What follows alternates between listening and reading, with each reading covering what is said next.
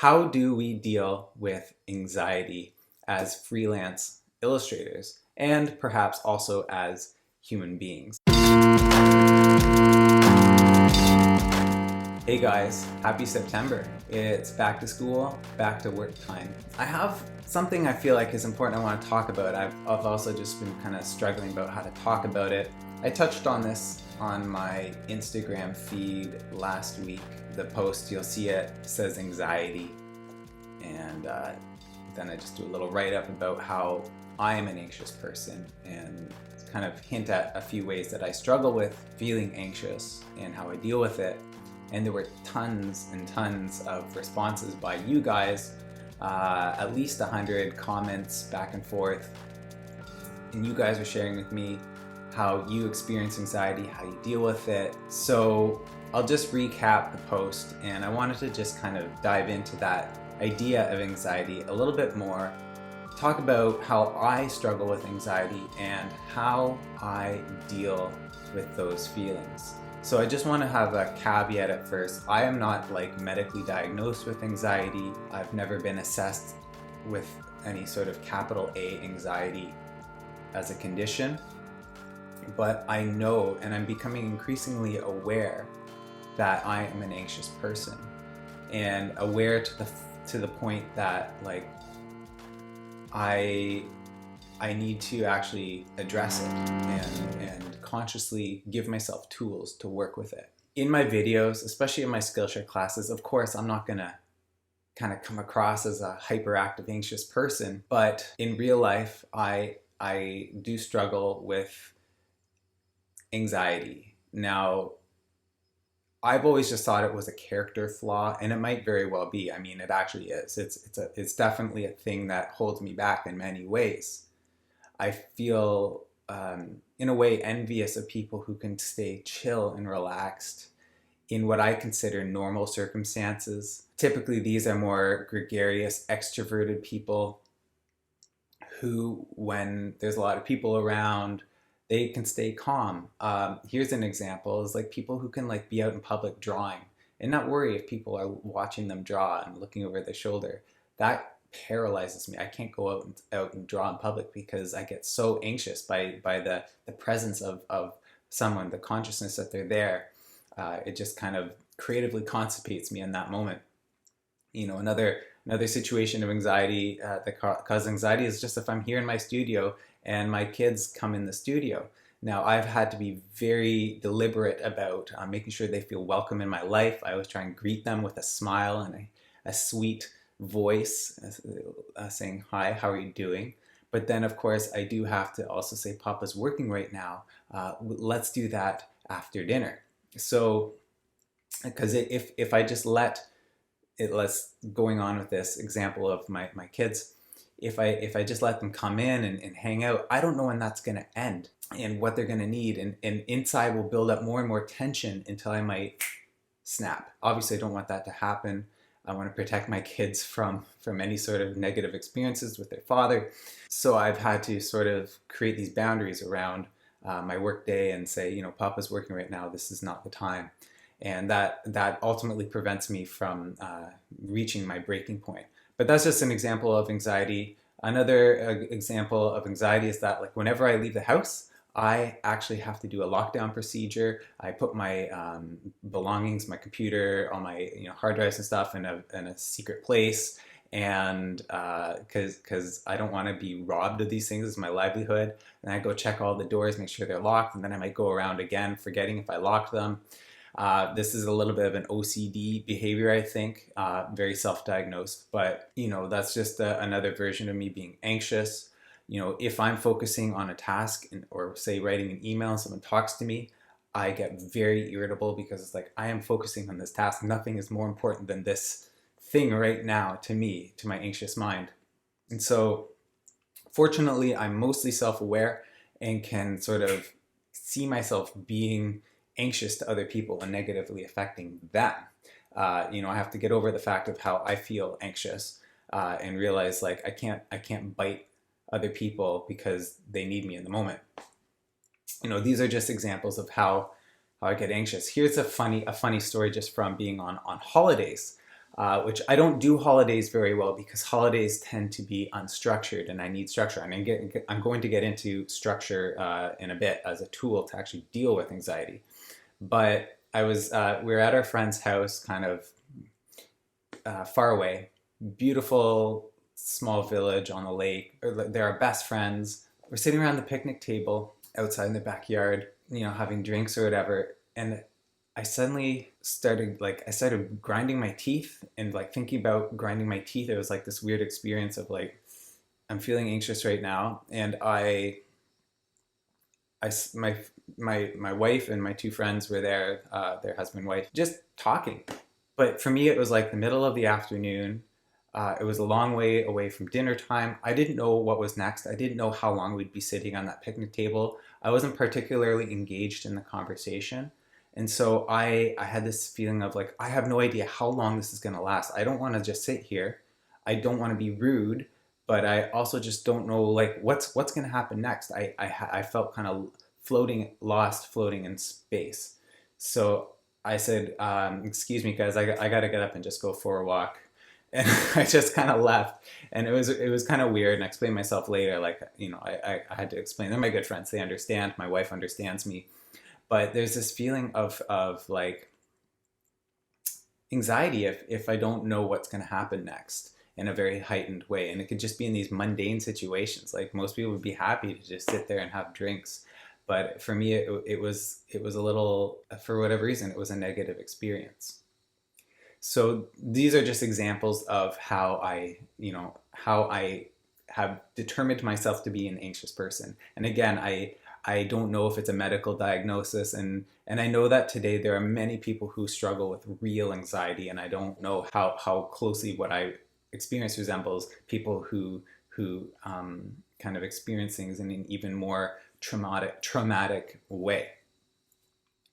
But I think a lot of us creative types are anxious people because we have big feelings. That's what makes us artistic and more creative than the average person. And there's no shortage of bad stuff happening in the world right now that we're aware of. That we're constantly bombarded with negative information, stuff to make us anxious. And let's not go there. I'm just like, I can't even read most bad news anymore. It just makes me too anxious. I can't deal with things that I have no control over. So I try to check in from time to time and at least be aware of what's going on in the world. But I also have to have a healthy distance from it and say, like, there's a small sphere of influence that I have, and this is where I'm best to focus my energy and efforts and anxieties. These are worthy of my attention. These things are worthy to be aware of, but also I can't put that on my shoulders right now, and it won't benefit me in any sense. So here we are. My point is, how do we deal with anxiety as freelance illustrators and perhaps also as human beings? So for me, the tools to deal with anxiety, there's basically three of them. It's basically structure or routine, boundaries, and exercise. And these three things are key to staving off panic, feeling overwhelmed by anxiety. So with structure and routine, it's fairly basic. Like I have basically work hours 9 to 5. That's my foundational structure. And within that, it can be fairly loose. I can kind of, it changes day to day depending on many factors, including what I need to do that day or that week, and even just down to what I feel like I need in that day. The 9 to 5 day allows me to say when my kids come in the door, I'm working right now, that I can help you with that, or we can talk about this after I'm done working. When I know when that is, they know when that is. And so you can even break that routine down by milestones throughout the day. So there's lunch, and so there's the morning and an afternoon, and then you can say I can do these tasks in the morning and these other tasks in the afternoon. And then of course there's the micro routines kind of within those things. Like when I first sit down, it's usually go through my email, and there's this nice kind of automatic routine just built in, check in my emails. and marking them as read, responding if I need to, and so there's that. Even just simple things like saying, like, for the first 10 minutes, I'm going to just go out and look for inspiration. I'm going to go on Twitter and see what my Illustrator friends are up to. I'm going to go on Instagram and swipe for a bit and see what people are up to. Maybe you have a favorite blog or a newspaper that you read or something like that. Just having times of day that are dedicated to this routine, these traditions, these rituals. Knowing that my morning coffees in the morning is a comfort, and it gives me something to look forward to. My afternoon coffee, same thing. So just having things that kind of are part of our day help us to feel grounded and structured and let us know what we should be focused on at that time. The second thing is boundaries. So boundaries are really important to people who are anxious. And I speak again from my own personal experience. What are boundaries? It's kind of laying out expectations for myself and others in a given scenario. So in a relationship, a boundary is what you will and will not do with other people. So I mean, a really basic example of a boundary is if you don't know someone, you're not going to go up and hug them. That's a boundary, and it's a very healthy boundary. If you were to go and hug a stranger randomly, somebody might get hurt, somebody might feel afraid or embarrassed or experience some other kind of negative emotion. So a boundary is basically set up to know what you can and cannot do in a given scenario. So as a freelancer, a boundary boundaries are between you and your client are really important. Setting up a boundary comprises communicating. So communicating to your client what you will do for them in return for the payment, the fees that they're paying you. And that really expresses itself in the agreement or the contract that you set up at the beginning. And that will include things like services or things you will provide to your client. In my case, it's usually sketches and then final illustrations, and then delivering those final illustrations as a certain kind of file. So that's the most kind of high level boundary, if you will. And then within that, it's saying during sketches, I put a top number on how many sketches I'll do. And same thing with kind of finished artwork. I have a top number of rounds of final art that I will provide before the client has to start paying again. And at each of those stages, sketches and finals, I also define what kind of changes are allowed or expected at those stages. So in sketches, it's more like we can do a lot more in terms of like big changes to the concept or content and composition. But once you approve on a sketch and it's in finals, now we're making the kind of changes you can make are less about like the concept or the content, what's included in that illustration. It's going to be more like things like subtle textures or colors, or move this a little bit here, change this word to that word. And so by defining these very clearly in the contract with the client, when those boundaries are overstepped, you have permission to go to the client and negotiate new terms for the job, either increasing fees or saying, just so you know, we're at this stage, and these are the things that I expect at this stage. Can we talk about how things are going? It gives you permission to communicate and act on these sort of transgressed boundaries before things get kind of hairy. It might be frustrating for you internally, but you have an outlet for those anxious feelings, which is saying to the client, basically, in the simplest sense, like, I'll stop this project for now until we can arrange a new fees for these extra things that weren't included in the original brief.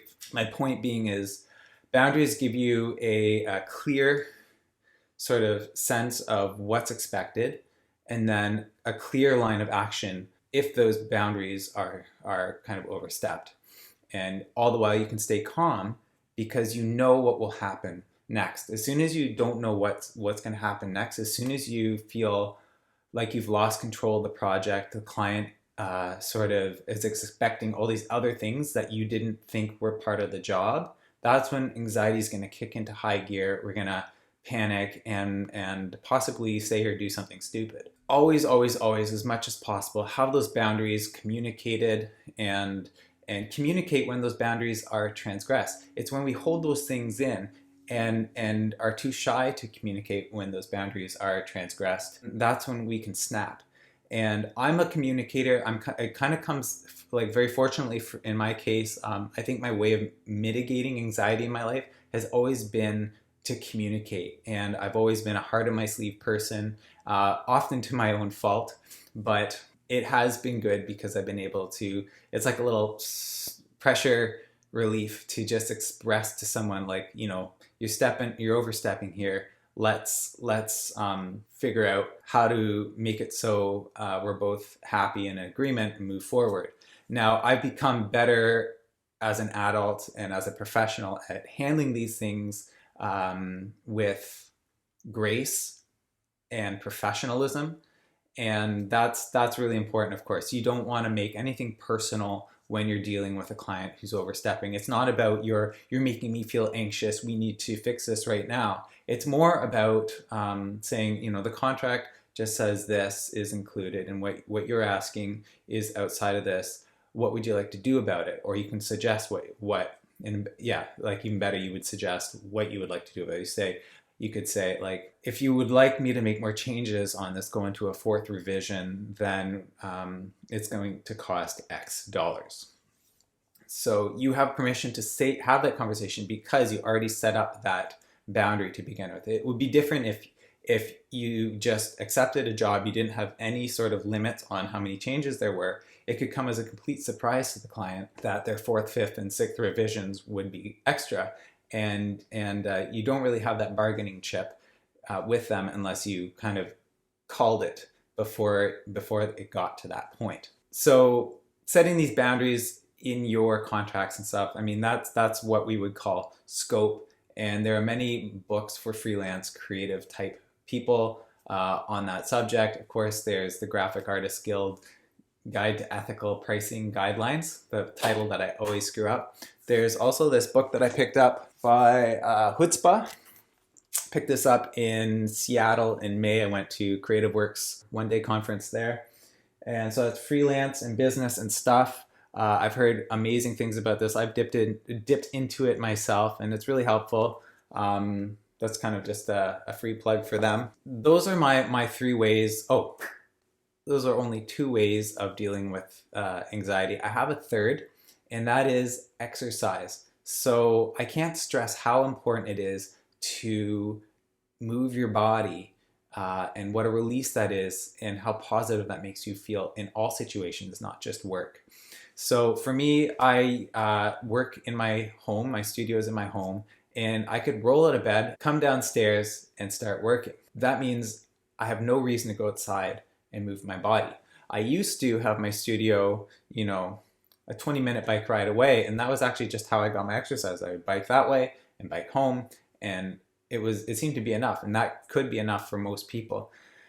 But when I moved into my studio in April 2018, my home studio here, I started running. So at first it was like 5 kilometers a day, 3 days a week, nothing too big, and that was great. Just kind of kept me fresh, and running for me has always been a way of just getting outside and getting rid of some excess energy.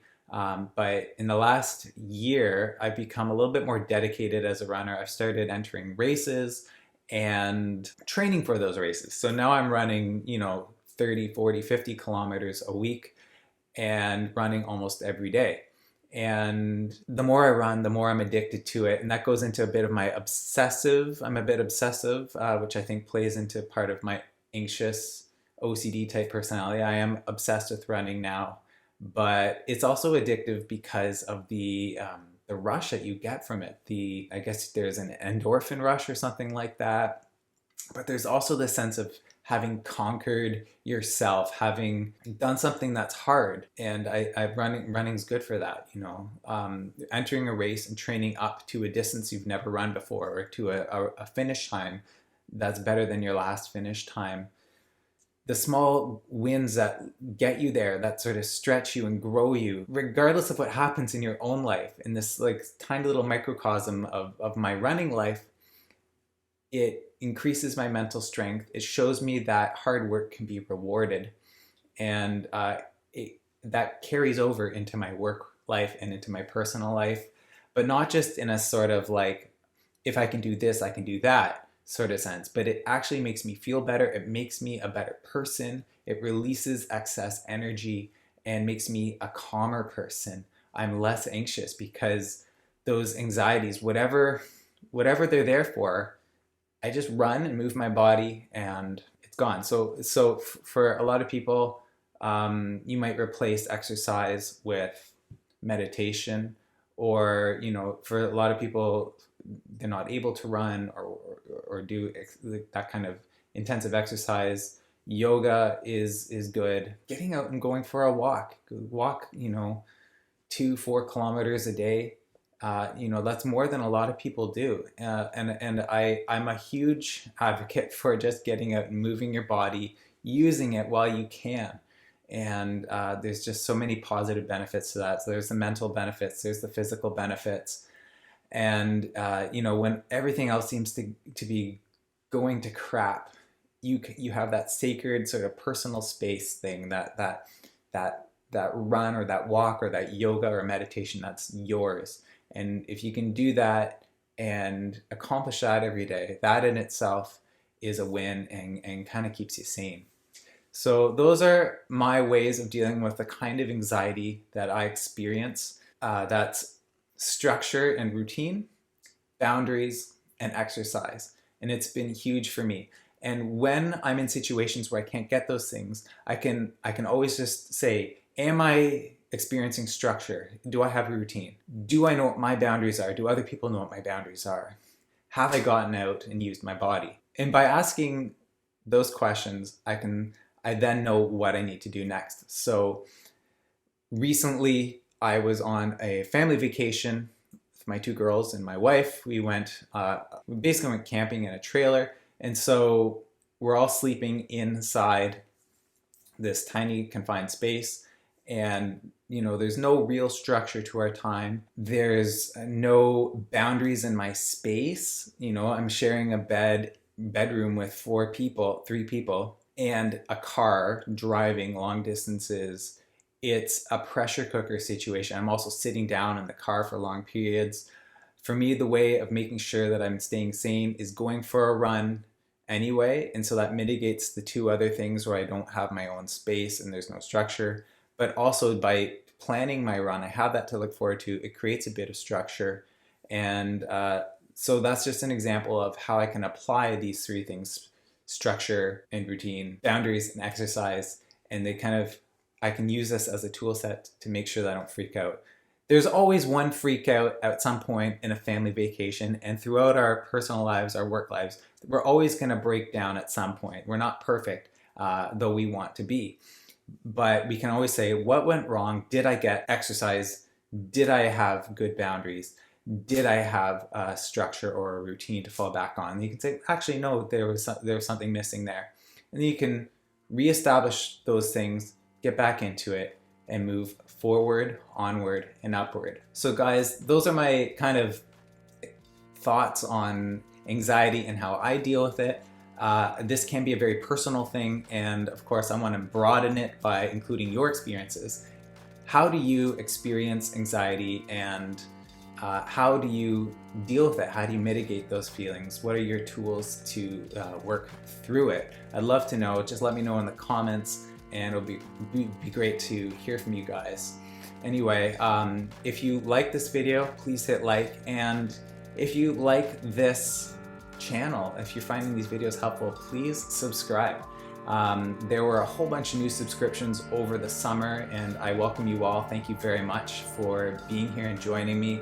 I really appreciate it. Subscriptions are the best way for me to know that this content is helpful and positively helping you guys to become better illustrators, and hopefully affecting you more positively in other ways also. That's always a hope. Illustration is just one part of life, but it's a joy. I love it, and I hope you guys love it too, and I want you guys to enjoy it as much as possible. And let's keep making beautiful stuff. Let's keep making great work and keep asking great questions.